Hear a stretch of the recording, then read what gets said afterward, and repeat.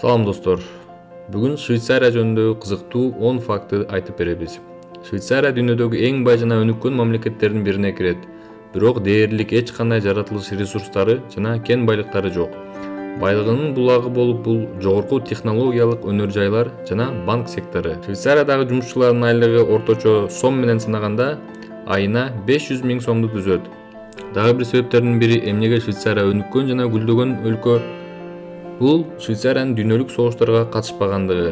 Алыскы 19-кылымда эле Швейцария башка өлкөлөрдүн иштерине кийлигишпөө жана тегеректеги болуп аткан окуяларга бейтарап болоюн деп чечим кабыл алган.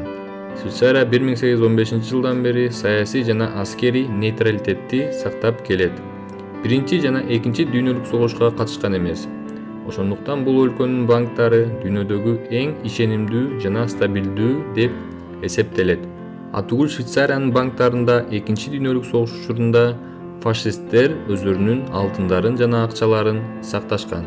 Швейцария Европада жайгашкан. Италия, Франция, Германия, Австрия менен чектешет. Бирок буга карабастан ал НАТО же Евросоюзга мүчө эмес. Көп учурда Швейцария дипломатиялык мамилелери бузулган өлкөлөрдүн ортосундагы сүйлөшүүлөрдө ортомчу катары иш алып барат. Аскердик кызмат бардык эркектер үчүн милдеттүү болуп саналат. Ошону менен катар кызмат өтөө мөөнөтү ондогон жылдарга чоюлат. Тагыраак айтканда 51 жашка чейин. Бойго жеткен курактан баштап 51 жашка чейинки эркектер жылына бир жолу аскердик чогулууларга келиши керек. Машыгуулар 1-2 жумага созулат. Машыгууларда куралдан атууну жана аскер техникалары менен колдонушту үйрөтүшөт. Ал эми даараткананы жуушту жана казармаларда картошка арчуу аскерлерге зарыл эмес. Бардык күч-аракеттер аскерлерди согушууга үйрөтүү жана мекенин коргоо болуп саналат. Армияга барбай коюу жолдору бар, бирок дээрлик бардык эркектери аскердик кызмат өтөгөн. Анткени аскердик кызмат өтөө аябай кадыр бартуу болуп саналат. Швейцарияда 4 расмий мамлекеттик тили бар. Бул немис, француз, италия жана роман тилдери. Бул тилдердин арасында эң популярдуусу немис тили. Швейцария абдан демократиялык өлкө. Ал жакта түздөн-түз демократия деп аталган нерсе бар. Парламент ар дайым жаңы мыйзамдарды толуктоолорду иштеп чыгышат. Бирок өкмөт тарабынан иштеп чыгылган мыйзамдар мыйзамдык күчүнө кириши үчүн эл тарабынан кабыл алынышы керек. Ошондуктан ар бир олуттуу мыйзам ишине кирерде атайын шайлоо болот. Жарандар чогулушуп кадимкидей эле добуш бере алышат. Көп учурларда парламент мыйзамды ойлоп чыгарат. Референдумга добушка чыгарганда эл каршы добушун берип, мыйзам күчүнө кирбей калат. Мисалы 2016-жылы ал жакта бир кызык референдум болгон. Парламент Швейцариянын жарандарына айына 2500 евродон же 190 000 пособия төлөп беришейин деген. Жумушу барбы же жогуна карабастан. Бирок добуш бергендердин дээрлик 76% мыйзамга каршы добуш берген. Элестетиңиз, айына 190 000 сом берилчү пособияга каршы добуш беришкен. Жөнөкөй жарандар дагы тигил же башка маселе боюнча референдум уюштура алышат. Ал үчүн калк арасында 50 000 кол чогултушу керек. Мындай учурда мамлекет референдумду өткөрүүгө милдеттүү болот. Швейцария жашоо шарты жогорку өлкө. Адам укуктары жана эркиндиктери биринчи орунда турат. Бирок кээ бир адамдары иттерди жана мышыктарды жешет.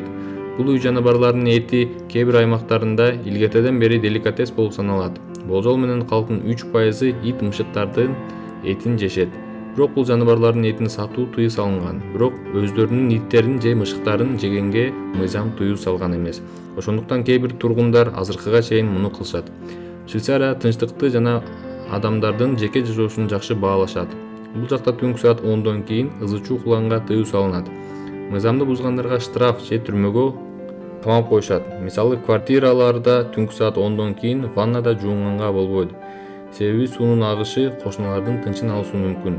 Дагы бир закон көп кабаттуу үйлөрдө жашаган иттердин үн чыгаруучу органын кесип салуу. Бардык ветеринардык кабинеттерде бул кызмат бекер. Бул операциядан кийин иттери үрө албай калат. Себеби мамлекет буга акча бөлөт.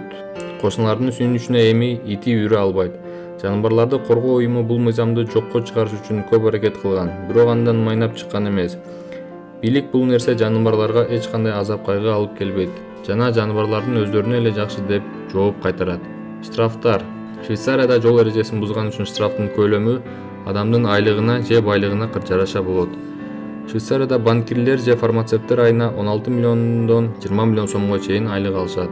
Инженер, трамвайдын айдоочусу же жөнөкөй программисттер айына 400 миңден 600 миң сомго чейин айлык алышат.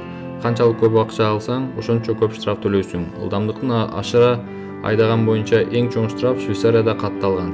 Mercedes SLS автоунасын саатына 300 чакырым ылдамдыкта айдаган үчүн 60 миллион сомдой айып пул төлөгөн. Достор, бул видео соңуна чыкты. Комментарийга өз оюңуздарды жазыңыздар. Эгерде бул видео сизге жаккан болсо, лайк басып, каналга подписация кылганды унутпаңыз. Ошондо биздин видеолорду ар дайым биринчилерден болуп көрө аласыз. Бул видеону WhatsApp'тагы досторуңуз менен бөлүшүп кетиңиз. Ошондо биздин каналга өзүңүздүн салымыңызды кошо аласыз. Көрүшкөнчө.